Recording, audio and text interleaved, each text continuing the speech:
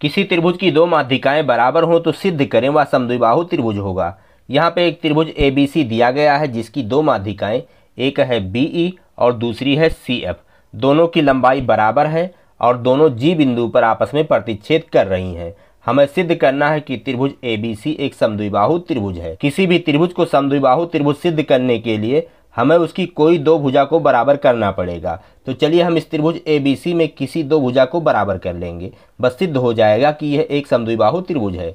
तो जो ज्ञात है उसे लिख लेते हैं। दिया है त्रिभुज ABC की माध्यिकाएं BE और CF आपस में G पर काटती हैं तथा BE CF के बराबर है। यहाँ पे दिया गया है कि त्रिभुज ABC में दो माध्यिकाएं हैं, BE है और CF है जो आपस में G पर काटती हैं और दोनों की लंबाई बराबर है। सिद्ध करना है त्रिभुज ABC एक समद्विबाहु त्रिभुज है। अब हम उत्पत्ति में हल करेंगे। यहाँ पे देखिए, यहाँ पे जो दोनों माध्यिकाएं दी गई हैं BE और CF, ये दोनों आपस में G बिंदु पर प्रतिच्छेद करती हैं और G बिंदु केंद्रक होगा। किसी भी त्रिभुज में माध्यिकाएं जहाँ पर प्रतिच्छेद करती हैं उस बिंदु को केंद्रक कहते हैं। तो केंद्रक जो होता है माध्यिकाओं को 2:1 के अनुपात में बांटता है। जैसे यहाँ पे BE को अगर 3 बराबर हिस्सों में बांट दिया जाए तो BG की जो लंबाई होगी वो 2 हिस्सा होगी और GE की जो लंबाई होगी वो 1 हिस्सा होगी। उसी प्रकार CF के अगर बराबर 3 हिस्से कर लिए जाएं तो CG की लंबाई 2 हिस्सा होगी और GF की लंबाई 1 हिस्सा होगी। तो चलिए हम यहाँ पे लिखते हैं उत्पत्ति में, चूंकि BG अनुपाते GE, तो हम उसे लिख सकते हैं 2:1। आप कारण में यहाँ सामने लिख सकते हैं केंद्रक माध्यिका को 2:1 के अनुपात में बांटता है। तो BG की लंबाई क्या होगी? BG बराबर होगा, BG 2/3 होगा, 3 में 2 हिस्सा होगा किसका? BE का। BE का 2/3 होगा। व GE की जो लंबाई होगी वो 1/3 होगा, 1/3 होगा BE का। इसे हम समीकरण नंबर 1 मान लेते हैं। उसी प्रकार ये जो CF माध्यिका है इसमें CG अनुपाते GF जो होगा, चूंकि CG अनुपाते GF वो भी 2:1 होगा।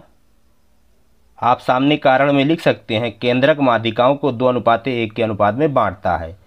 तो CG की जो लंबाई होगी, CG होगा 2/3 होगा CF का, CF की लंबाई का 2/3 होगा। व GF की जो लंबाई होगी, GF बराबर होगा 1/3 होगा CF का। इसे हम समीकरण नंबर 2 मान लेते हैं।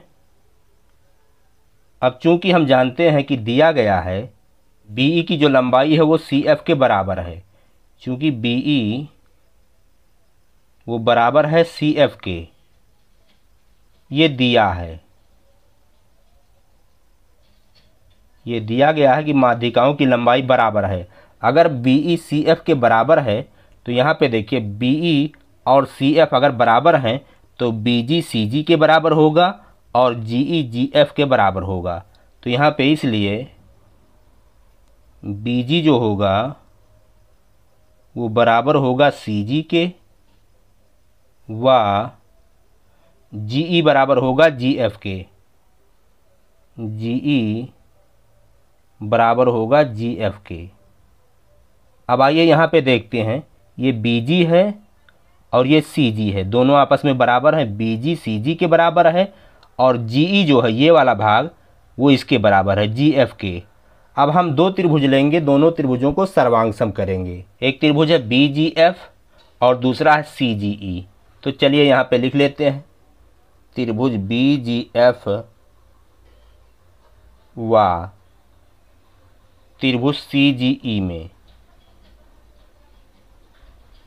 इन दोनों त्रिभुजों को सर्वांग करना है।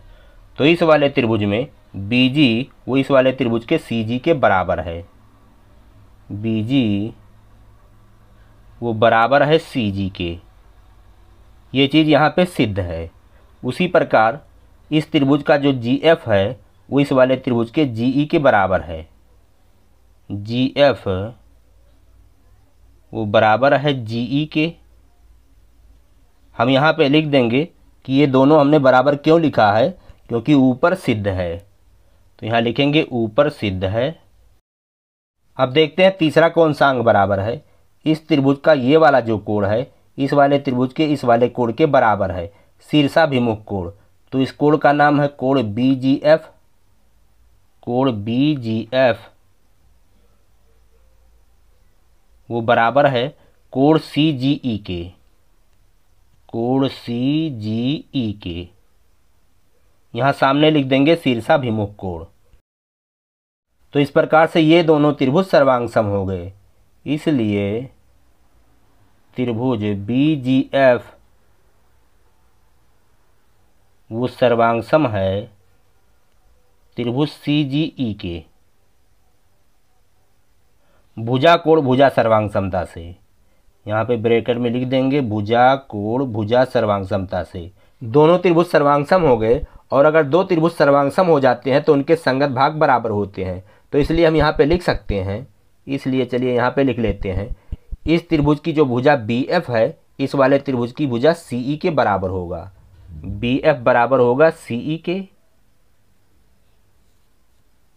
यहाँ सामने आप लिख सकते हैं क्यों, CPCT से सर्वांगसम त्रिभुज के संगत भाग बराबर होते हैं। तो CPCT से BF बराबर है CE के। अब हम दोनों पक्षों में 2 से गुणा कर दें।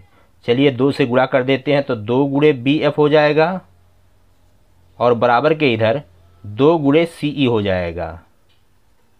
अब आइए पहले यहाँ पे समझ लेते हैं, ये जो BE है वो माध्यिका है, तो E जो बिंदु है वो AC का मध्य बिंदु है। तो EC का अगर दुगना कर देंगे तो वो AC के बराबर होगा। उसी प्रकार CF जो है वो माध्यिका है, तो F बिंदु AB का मध्य बिंदु है। अगर हम BF का दुगना कर दें तो वो AB के बराबर होगा। तो BF का दुगना 2 गुणे BF हम बराबर लिख सकते हैं AB के। तो AB बराबर 2 गुणे CE। CE का दुगना क्या होगा, AC के बराबर होगा। तो यहाँ पे लिख सकते हैं AC। तो आ गया AB बराबर है AC के। और AB AC क्या है, इस त्रिभुज की 2 भुजाएं हैं। किसी भी त्रिभुज की अगर 2 भुजाएं बराबर हैं तो इसका मतलब यह एक समद्विबाहु त्रिभुज है। तो चलिए हम यहाँ पे लिख सकते हैं, अतः त्रिभुज ABC एक समद्विबाहु त्रिभुज है। AB बराबर है AC के, तो हमने यहाँ पे लिख दिया अतः त्रिभुज ABC एक समद्विबाहु त्रिभुज है। और हमें यही सिद्ध करना था, किसी भी त्रिभुज की अगर 2 माध्यिकाएं समान लंबाई की हैं तो वह एक समद्विबाहु त्रिभुज होगा।